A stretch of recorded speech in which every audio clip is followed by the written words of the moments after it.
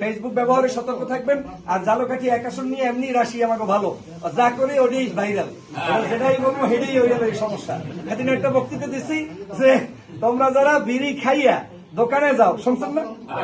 বক্তব্যটা সুন্দর, এই বক্তব্যে 2 কোটি ভোট বাড়ছে জামাত ইসলামের, কোন সমস্যা।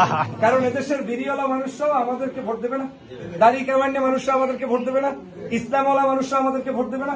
বক্তব্যটাকে মিসলিড করে কিভাবে উপস্থাপন করেছে। আমি বলেছি চায়ের দোকানে গেলে আমার কর্মীরা চা খাওয়া অবস্থায় দাড়ি পাল্লার দাওয়াত দেবে, আর আমার কর্মী যদি কেউ বিড়ি খেয়ে থাকে হেও বিড়ি খাওয়া অবস্থায় দাওয়াত দেবে। কি হতে দেবে না?